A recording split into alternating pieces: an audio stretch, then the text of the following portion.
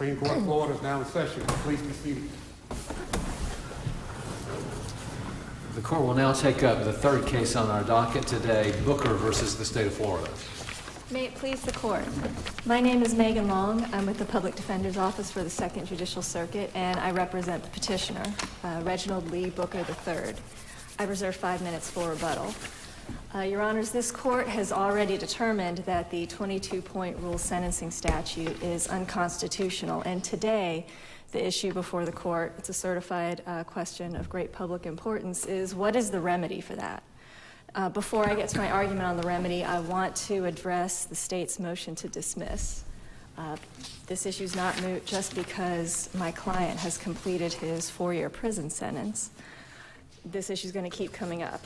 Why is that? So if it's brought up, if it's preserved, as it should be, directly, and it's a 5-year sentence, someone increases from non-prison to 5 years, it'll make its way through in time. The only reason this is not the case is because this was brought up in the context of a 3800. And in that context, it's done pretty late in the day, and it's hard to work its way up through the appellate process. I'm wondering why you think that's, in other words, this isn't like a 1 or 2 day jail sentence where it's always going to expire, right? That's correct. He received 4 years. Right. But I want to emphasize to the court how rare that is. Many of these sentences that this class of defendants are receiving are not much longer than 11 months and 30 days. So I submit it's pretty rare for a client to have a 4-year sentence and still be serving it at the point here he was in prison when the jurisdictional briefs were filed. Because remember, over the years... It's not that rare. I mean, Mr. Brown was still serving, right? He was. Right. But it was very hard. I have to tell you, I served as a trial judge, not all that long, but long enough where I've sentenced a number of people. I've never heard of this statute until I read Justice Lawson's opinion some time ago. Maybe this is more common up here, but how common is this done in the Second Circuit? In the Second Circuit, so in 2012, one of my first cases was a defendant who, he received the most I've ever seen, 5 years. He went to trial. He was acquitted of some second-degree felonies, but he was convicted of felony criminal mischief. I raised this same exact issue. This court held it unconstitutional in Brown last year. But me and other attorneys at our office, we were raising this issue, but remember, the DCAs weren't reaching the constitutional issues. If a person got relief, it was because they said the trial court, had not made appropriate findings or... Right. But we were also getting non-written opinions, and we can't review those here. So I submit that it is pretty rare that we have a written opinion at the time that the jurisdictional briefs were filed here. You have a client actually serving the sentence, because with gain time, with credit for time served, it is pretty rare. And the fact that he was serving the sentence, the original basis for the jurisdiction here, I think if the court doesn't decide this today, it's going to be tough to get another case like this. And again, now in the first DCA, this is happening again. We just got a record here, Your Honor, where a client has 20 points and he got a prison sentence. The same thing that the legislation wanted to prohibit. Is there any, can you think, and I honestly don't know the answer to this, is there any collateral consequences that would result from having the 5-year as opposed to you guys call it 1130, we used to call it 364, but an 1130 sentence? A collateral consequence? Yeah, like would it affect any HVO or PRR, that it's a prison as opposed to a jail sentence? In other words, is there any potential collateral consequences? Trying to help your case here. If the person is released from a prison facility, and now he or she could be subject in the future to HFO or PRR. But in fact, in the PRR context, we've said that release from a county jail is not, it has to be actually released from a prison facility, correct? So yes, Justice Luck, and in addition to the fact that the legislature says this type of person, this class offender, is not supposed to be in prison, not only it's a significant liberty, they thought they were going to get probation or community control or 1130, and they're doing now 4 years in prison. But yes, future collateral consequences. For this particular defendant? This particular defendant, yes, because he walked out of a prison facility. Okay. Of course, he's out now. Of course, we're arguing sever that second part of the statute, but if this court goes with the reverse and remand to the lower court to have a jury make that dangerousness finding, he's out now. He can't get remanded. Yeah, but he committed I'm sorry, another Your crime Honor? within 3 years. I'm sorry? Am I off? No, I'm on. If he committed another crime within 3 years, another felony, the PR statute would apply. Yes. Just a little statement. Yes. So there are collateral consequences. Thank you. I just wanted to raise those for mootness issues. Please go ahead with the rest of your argument.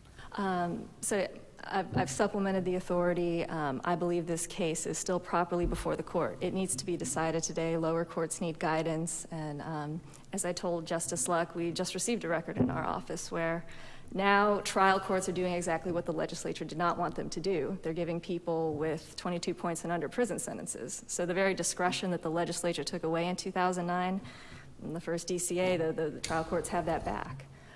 So as to the merits, we set forth 2 remedies in our brief. The one we think is best is to sever that second sentence of subsection 10. And if the legislature wants to come back next session or whenever and create a constitutional safety valve provision, they could do that. They could simply change court to jury if that's what they want to do. Isn't the purpose of all of this to effectuate the legislative intent or legislature's intent with doing as little damage to the statute? You agree that's the general purpose of what we're trying to do? Yes, Your Honor. How does severing it out completely and just waiting for the legislature to come back do that when clearly they wanted some mechanism to sentence above the 1130 or the non-state prison sanctions?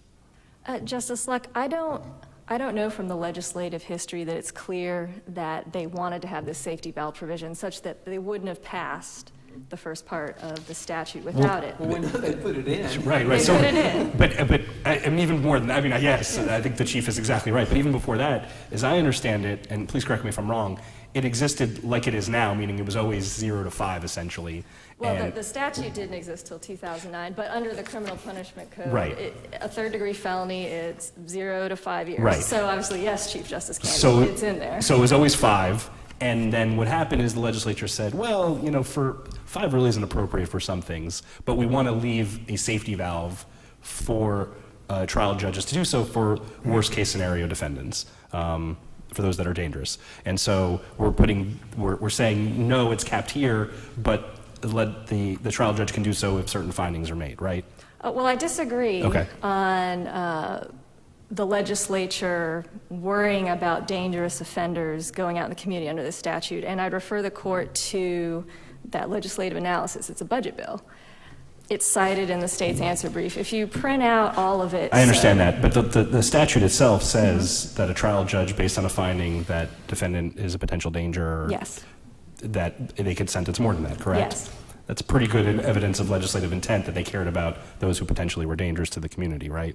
They did, but I think that's why in the first part of the statute, that whole separate sentence, they exempted forcible felonies, and they said people for Chapter 810, if it's burglary of a conveyance, burglary of a structure, possession of burglary tools, those are the class of offenders that the legislature said these people are dangerous. Or So they I have could no be. doubt in the panhandle that the vast majority of murderers and PBL defendants are serving significant sentences, but at least where I'm from in the state, there's a lot of folks who have very serious crimes who are still walking around because of the sentences they received. If one of those individuals commits a criminal mischief that for whatever reason, because of age or otherwise doesn't score very high, why is it not appropriate to sentence for a judge to say, you know what, this person maybe should have more time than 364? Because I think when this statute was passed, and I think this is in that budget analysis, when the legislature said they could have made it a lower point total, but they made it 22 points. And I think the legislature, by doing that, they anticipated people like my client. If you look at his score sheet, he has a supplemental sheet on there. There's a few different offenses. They anticipated people who had some sort of criminal history, maybe 5 or 10, pretty low-level stuff. I guess what I'm saying is that this is done not infrequently, as you've articulated here well, and this is an important tool. How does taking that tool out not contrary to exactly what the legislature wanted? Well, I think what the legislature wanted first and foremost was to address the financial conditions in 2009, because on the very first page of that analysis, says we are facing for fiscal year 2009, 2010, Department of Corrections has a $7.3 million budget. And there's only two options. We can put less people in prison, we can build more prisons. We don't have money to build more prisons. So they have data from a few years that says trial courts, those judges could be sentencing people, up to 44 points. They could be sentencing them to a non-state prison But sanction. you're essentially and they're not. asking us to conclude that they would have done that even if they could not protect the public from dangerous people while doing it. Well, absolutely, I am arguing that, Your Honor. Yeah. So, Because and whether or not that seems like a second- stretch to me. I mean, they did pass it. It's the way they passed it. And that protection would just seem to me to be very important. Well, I think it's important to realize And there is another alternative. there is. Yeah. I'd be happy with that too. Okay. But I think it's important to recognize when the legislature looked at this, they weren't saying people that otherwise could be getting a non-state prison sentence are getting a prison sentence because courts think they're a danger to the community or a danger to the public. What they're saying, and it doesn't say why, it doesn't say what data, but they said anecdotally they've received reports trial judges are putting these class of offenders in prison because there's not a diversion program, or their bed's not available, or the local jail is crowded, and they don't think this person can serve a jail sentence. And that's why they were putting those people in and sentencing them to prison sentence, not because there's anything in the legislative history that says we think a lot of these trial judges think these people are going to be a future danger to the public. I think that it is a safety valve provision, and yes, of course, they were passed together, but the legislature's main goal here was to take away the trial court's discretion to say, we've decided 22 points and under, these types of felonies, they shouldn't be in prison.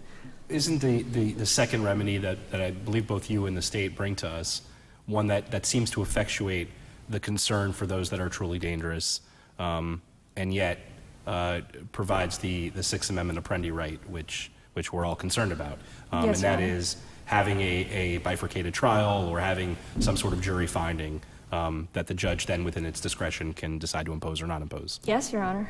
If this court would read into the statute court as a jury, again, this would be a very small amount of people that didn't work out a negotiated plea or they're not stipulating that they're a danger to the community, people going to trial. The jury's already there, it's already impaneled, they're going to make the finding. But again, I just want to emphasize, I think the legislature took care of the dangerous, violent felons in the very first sentence of that statute because it exempted the forcible felonies. And I think the legislature looked at it and said, people, even if you have 22 points and you have a fleeing and eluding, the legislature looked at that and said, that person doesn't belong in prison. So I think the first sentence of the statute of subsection 10 takes care of the legislature's So, worry about violent felons, but yes, of course. I will tell you, I'm with Justice Lawson. It's a bit of a hard sell for me to say that, where the legislature specifically put in language for those that are dangerous, and also understanding that there may be some who are dangerous who are, for whatever reason, are not captured in the forcible felony or in those exceptions that are there. And given that, it'd be hard for me to say that we're effectuating the legislative attempt by completely striking that and giving no remedy at all, where there's another perfectly good one that seems to do all of those things. Of course, and that second option is there too. But I think it's also important to recognize, the legislature at any time since 2009 could have lowered that point total. And they could have said, we want people 20 points, less than that. They could have added more statutory exceptions. Right now we have the forcible felonies and the third-degree felonies under Chapter 810. They could have put other ones in there.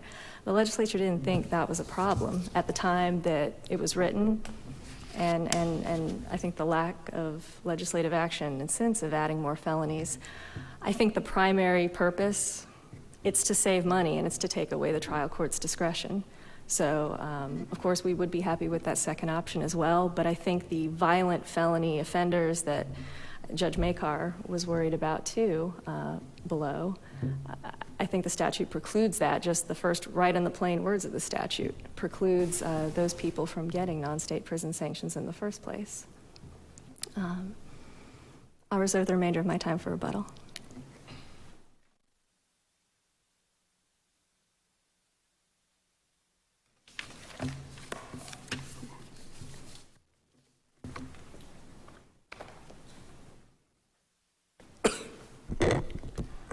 May it please the court. Quinn Humphrey, behalf of the state of Florida. First, this issue is moot.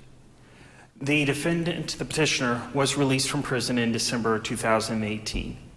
And this court previously answered the question in Brown in December of 2018 as well. What about the collateral consequences of the prison sanction? Anything that everybody's anticipating that he's going to be PR'd back in prison. We don't know that is going to happen. This may be the push he needed to be rehabilitated and serving a non-state sanction to lead a lawful life. If he were arrested, say, next 3 years, PR, if he's arrested and convicted within 3 years of his release, it applies, correct? Yes, Sir Honor. And then the judge has to give the maximum statutory minimum and that kind of stuff. Bad things happen. So let's assume for a second that he gets arrested and convicted in the next 2 years after his sentence.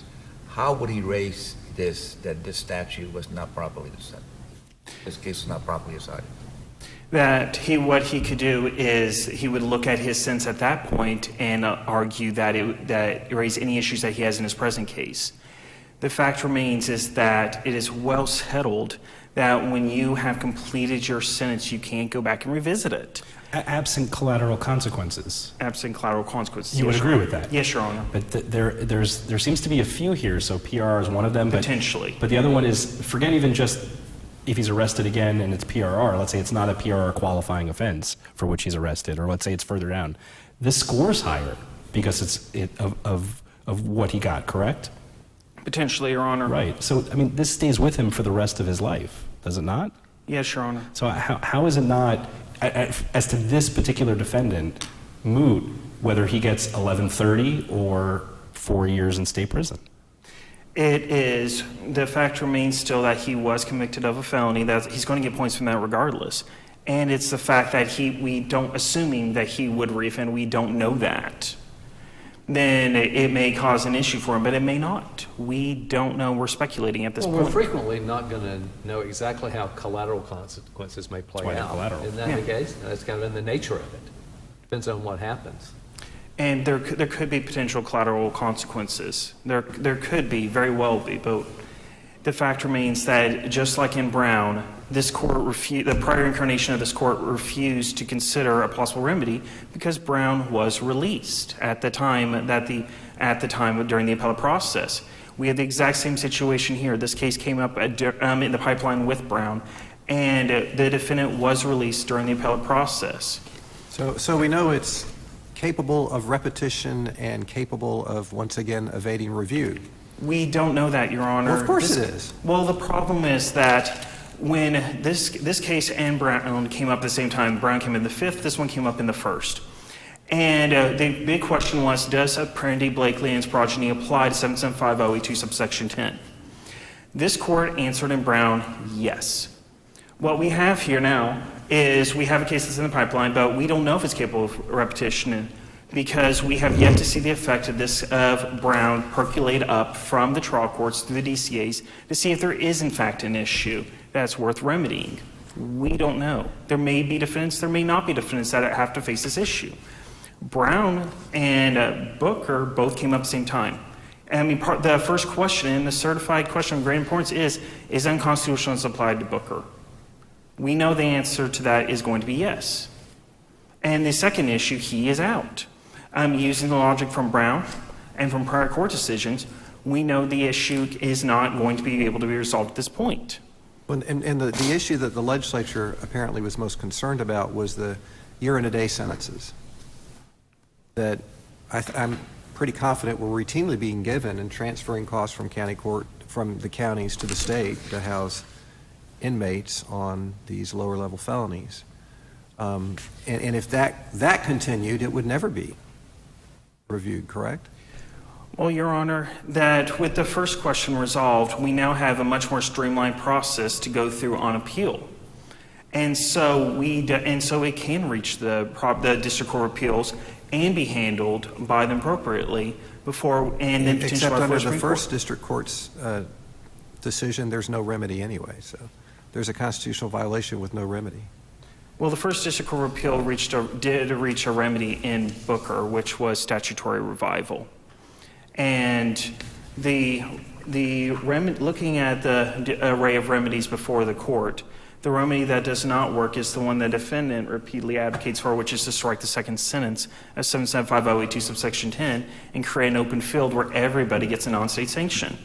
When you look at the Florida Senate bill analysis and fiscal impact statement, under subsection 3, the effects of proposed changes, it says, Section 1 amends 775082 to require the court in certain circumstances to sentence certain non-scoring offenders convicted of a third-degree felony to a non-state prison sanction. We don't have to look at the legislative history to make that call, do we? I mean, it's in the statute itself. It's in the statute itself, but it further buttresses the fact that you can't sever these two sentences. It is one structure. If you score less than 22, you're not committing a burglary or trespass under 810, and it's a nonviolent offense, you get a non-state sanction unless you're found to be a danger to the community. In Brown, this court, the prior incarnation of this court, found that that determination needs to be made by a jury. When the constitutional issue is the fact that you do not impanel a jury in the first place to make a fact finding, then the remedy on reverse and remand is to impanel a jury to make that determination. And that's the remedy we're advocating here. That if it reverses and remands, if the state chooses to impanel a jury, there's attorneys involved.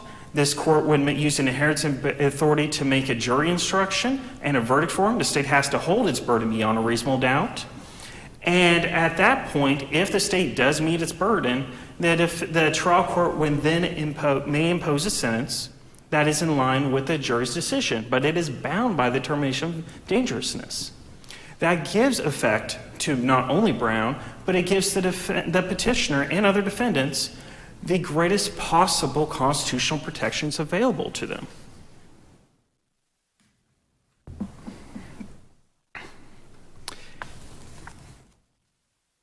If there are no further questions, then I would ask this court to find it moot, and if not, to allow in other future circumstances to allow a jury to be impaneled by the state if they choose to make a determination. Thank you. Thank you.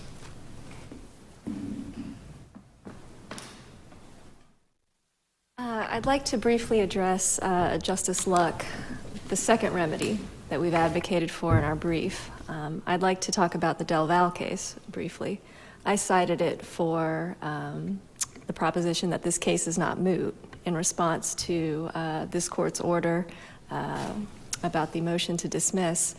But in Del Val, you had an issue with a probation statute, and this court said, if we can look at this statute, if there's any way we can apply it constitutionally, in Del Val, the issue was what wasn't in the statute, and it was the fact that the trial judge, it didn't exactly say that they had to make an inquiry of the probationer that they could afford probation. And so this court said the legislature was clear with what they wanted to do, and we can look at this constitutionally by reading into it the fact that, or the the ability to pay. And this court upheld that statute to give due process to the probationer, but to also give effect to the legislature. This court could do that in this case, particularly because Apprendi was already decided when the legislature wrote the word court instead of jury. It just seems like we're already doing this. So think about the guidelines. When the score sheet came out, we weren't having jury findings if this was a domestic violence case or this was a case that resulted in sexual contact. Those things weren't found. But now we're including those as part of the verdict forms, right? Yes. It wasn't part of the statute. It still isn't part of the statute. It doesn't say these things that increase the score must be found by a jury. Mm-hmm. We're just doing it, right? Yes. It seems that all we have to do is that here, which is just require that juries make these findings, or else it's unconstitutional. Yes, and I think, again, the jury making the finding of potential future dangerousness to the public, that's only going to be a few cases because many of these defendants, they have low points. These are not very serious felonies. Maybe they can't afford a bond and they're going to take a plea. So many of these, there could be a stipulation. I'd like to clarify the relief you are now seeking for your client in this case. Do you want just simply an answer to the certified question, or would you wish your client for some reason to be resentenced with a jury trial?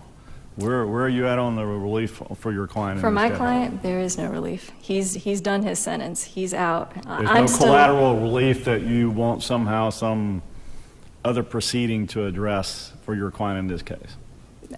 He might have something in the trial court in a post-conviction motion. But doesn't that mean then, it seems like this whole collateral consequences thing is what might save this from being deemed moot, but if there's not going to be a resentencing, then if you're saying that there's nothing more that can be done, then I don't understand how that helps you.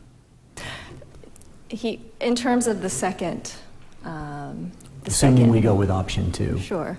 And I'm It could, conceding. you're saying it could impact other people, but not your client in this case? Correct. And But that's yes, why. then that's not a collateral Right, consequence but yes, it issue. could. I mean, that's the whole, that was the point of the question here, which is, Sure. if your client goes through a jury, assuming that we vacate the sentence, the state decides to go ahead, and they can't prove it, and your client gets 1130, that's a benefit to your client, is it not?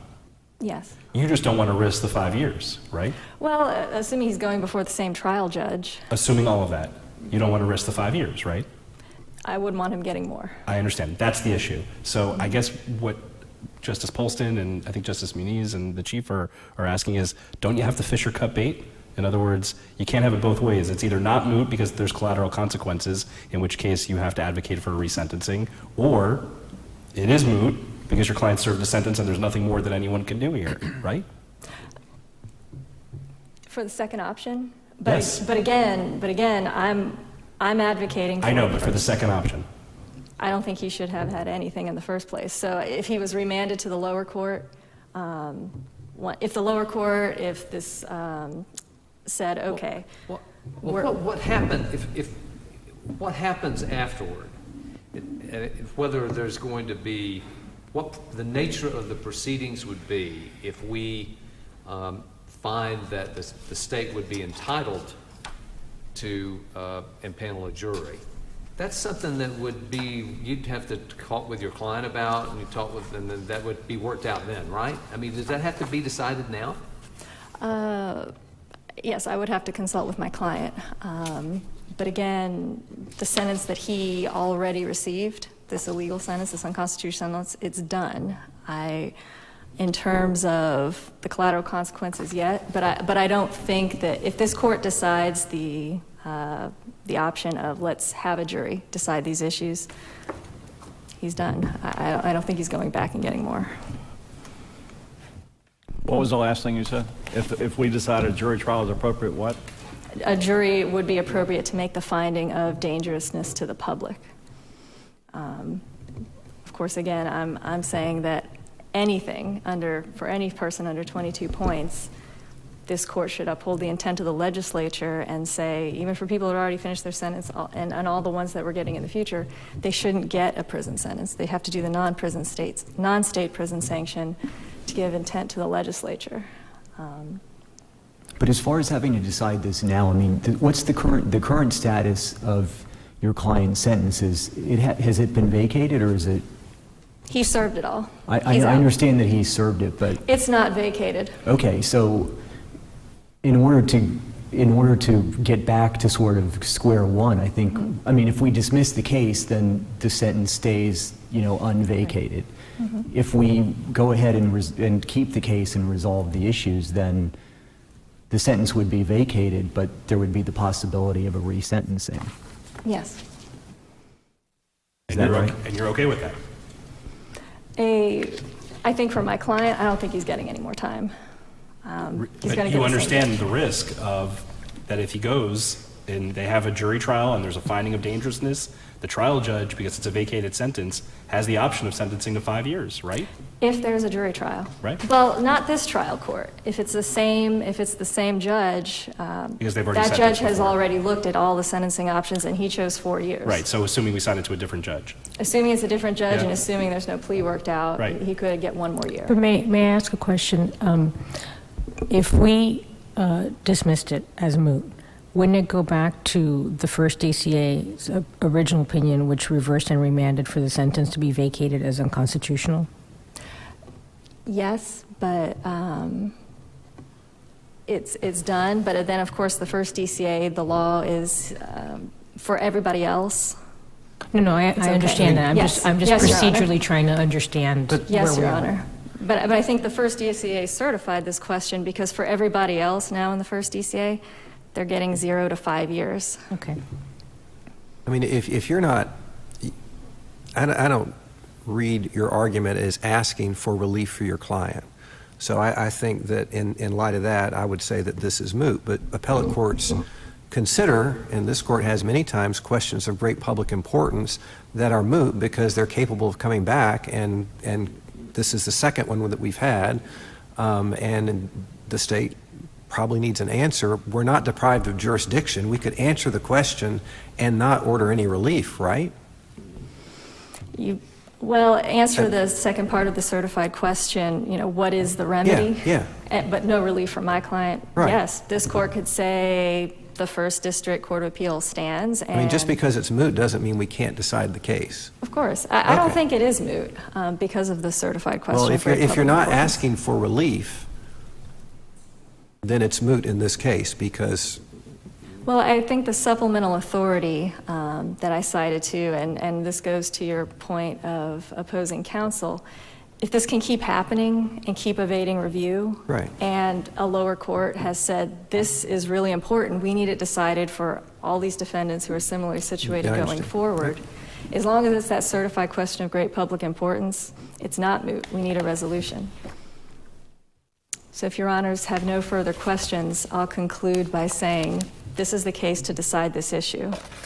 The certified question that the first DCA thought was greatly important needs to be decided, particularly because right now, the thing that the legislature didn't want is happening again.